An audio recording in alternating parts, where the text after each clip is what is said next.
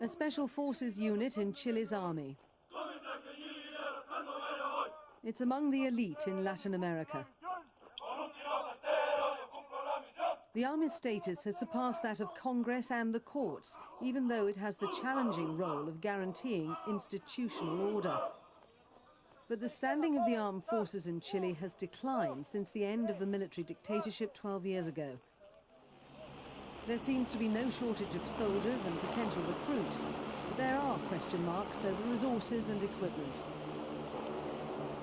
During 17 years of military rule, these men grew used to special treatment.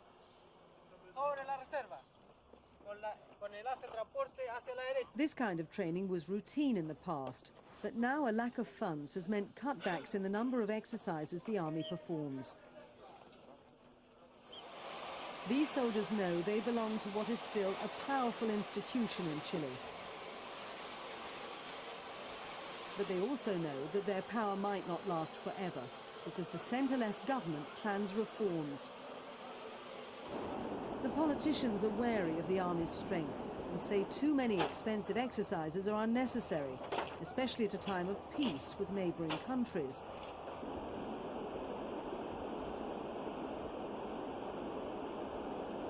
The government is also wary of repeating Chile's murky past. General Augusto Pinochet's military coup of 1973 led to a bloody dictatorship, during which the armed forces enjoyed privileged treatment. They were among a number of groups or individuals who benefited from special legislation designed to strengthen Pinochet's position and to secure the future of those he cared for. The army had an unusual source of funds from which it still benefits today, 12 years after Pinochet stepped down: copper. Pinochet guaranteed the armed forces 10% of Chile's huge copper revenue.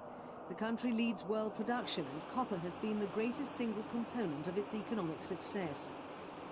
Most industries were privatized under Pinochet, but the state retained copper.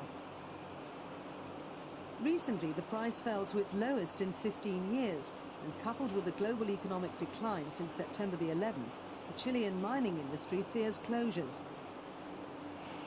Less money would upset the army as well as the economy.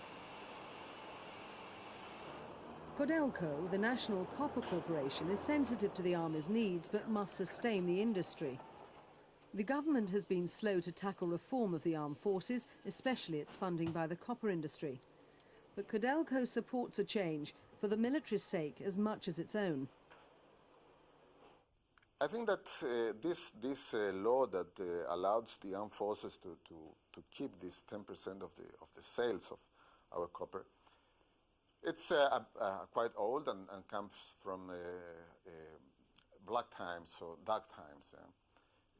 I think that today there is a general agreement to change this. One, because for the armed forces, it's not a good business to have a budget that is changing as the way that changed the price of copper. Most Chileans agree that democracy has improved the political climate, but the country is suffering a long and drawn-out recession. Chile has been a regional leader in free market economic reform, but it hit hard times after the Asian downturn of the late 1990s. The situation has been made worse by the global economic slowdown of the past year. It's not just the army whose finances look fragile. Parts of Santiago also seem to have suffered. This untrained mechanic is actually a graduate qualified for work in the electricity industry. But for the past 2 years, Manuel Quintero has been without a job, since the factory where he used to work made more than 250 employees redundant. Now Manuel has to support his family with the few pesos that he can gather by fixing his neighbours' cars. A difficult reality for a father of 3, but he considers himself lucky compared to those who don't even have a job. He believes that Chile's economic miracle has just been an invention of politicians in the country. In this community, well, in all of Chile, really, the situation isn't good. The money that you earn isn't that much. People earn very little. And there isn't much work. You have to work in whatever you can. Fixing cars, decorating. There are a number of things. But the important thing is to work, to be able to support your family. Changing outdated legislation from Chile's difficult past is an important gesture towards everyone's future.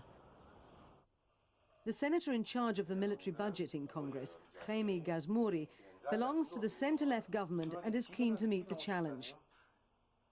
It's a position which belongs to another time in the history of the country, which is why I've been supporting the need for reforming all the legislation which applies to the budget of the Chilean armed forces, and to do it as in all democratic governments in the world, a budget which is approved by the National Congress and which doesn't depend on a special law. Why does the budget of the armed forces need to be handled differently to the budgets for education, health, and other public services? Breaking the link between copper and the armed forces could benefit all Chileans, not just the state-owned Codelco. With such a turbulent recent history, Chile has many wounds to heal, and unity is probably not best served by continuing favoritism towards the military. But the influence of senior officers remains strong, which helps explain any reluctance to force through changes. In the end, though, the armed forces of a democracy must serve the people. So sooner or later, the army and its funding have to be put firmly in their place.